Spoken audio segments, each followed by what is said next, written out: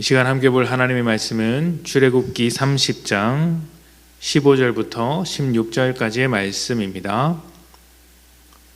출애굽기 30장 15절부터 16절 15절 말씀을 제가 봉독합니다.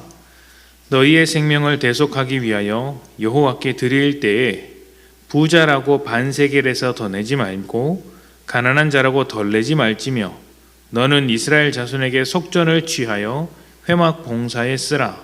이것이 여호와 앞에서 이스라엘 자손의 기념이 되어서 너희의 생명을 대속하리라. 아멘.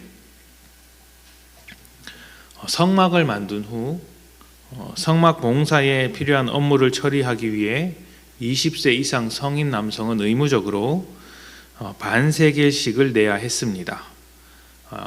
이제 그 돈으로 필요한 물건도 사고 써야 할 일, 이제 필요한 일을 해야 했던 것으로 보입니다.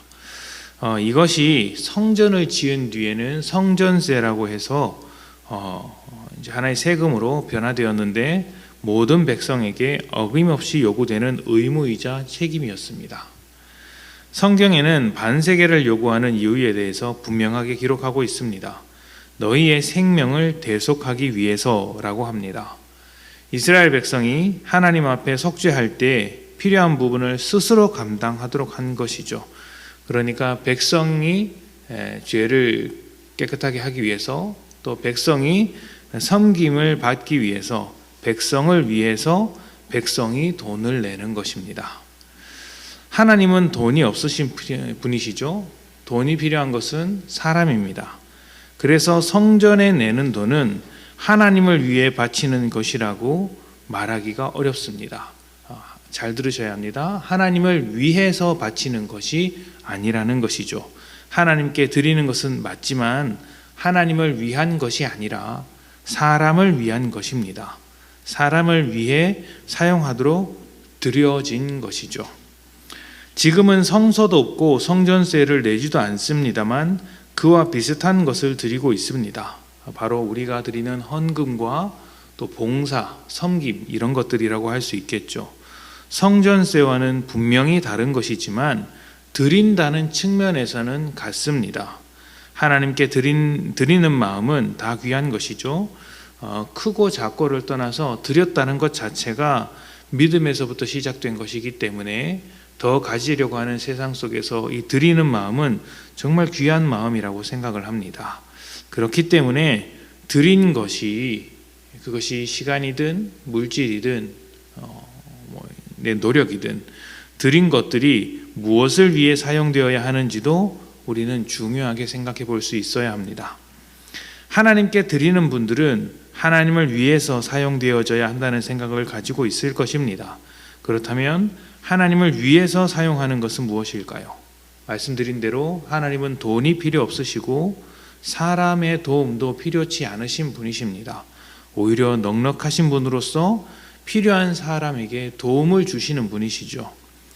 하나님은 우리가 드리는 것을 어떻게 사용하기를 바라고 계실까요? 반세겔을 사용하는 것과 같은 성격으로 돈과 도움이 필요한 사람을 위해서 사용하는 것입니다. 돈과 도움을 통해서 거룩하신 하나님의 사랑과 은혜를 사람들이 알도록 해 주어야 하는 것이죠.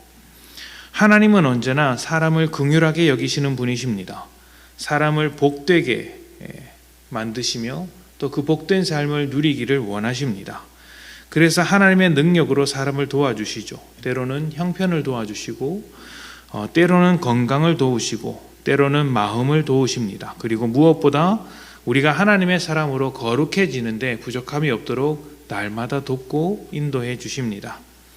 우리가 가진 모든 것들이 하나님께서 주신 것이라는 믿음이 있다면 가진 것을 사용하는 것도 달라질 것입니다. 내 욕망을 이루는 것으로, 내 것을 더 채우는 것으로, 또 나를 증명하기 위해서 돈을 사용하는 것이 아니라 돕기 위해서 쓰겠죠. 내 가정을 돕고 내 이웃을 돕고 내게 속한 내 주변에 있는 내가 감당해야 할 사람들을 돕기 위해서 사용하는 것입니다. 그러니까 소비의 패턴이 달라지더라는 것이죠.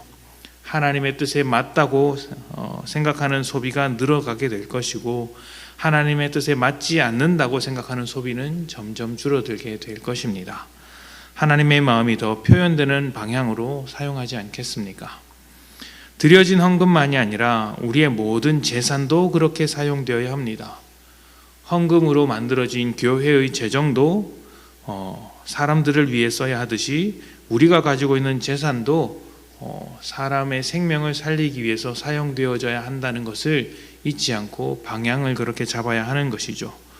교회의 재정이 성도들을 위해서 또 성도들을 교육하고 가르치기 위해서 섬기고 또 나누기 위해서 사용되어져야 하듯 우리도 우리가 가진 시간과 물질을 그러한 방향으로 사용해야 할 것입니다.